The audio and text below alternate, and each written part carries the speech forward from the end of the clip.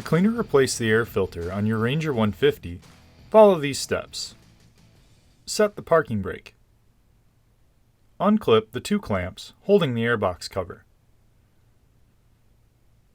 Twist and pull to remove the air filter. Inspect the air filter. Replace if necessary. Wipe away any dust or debris with a clean shop towel.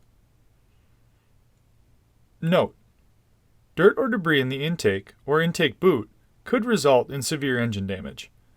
Always clean all dirt and debris from the intake tube before installing the filter.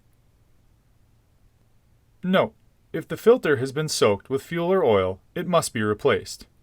Do not attempt to clean the air filter. Reinstall the air filter if clean, or install the new filter.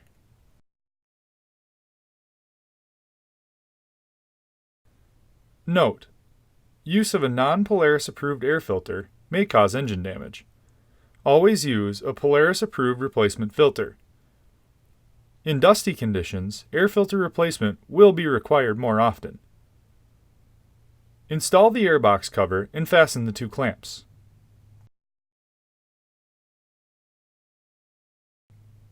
For more information, see your authorized Polaris dealer or visit polaris.com.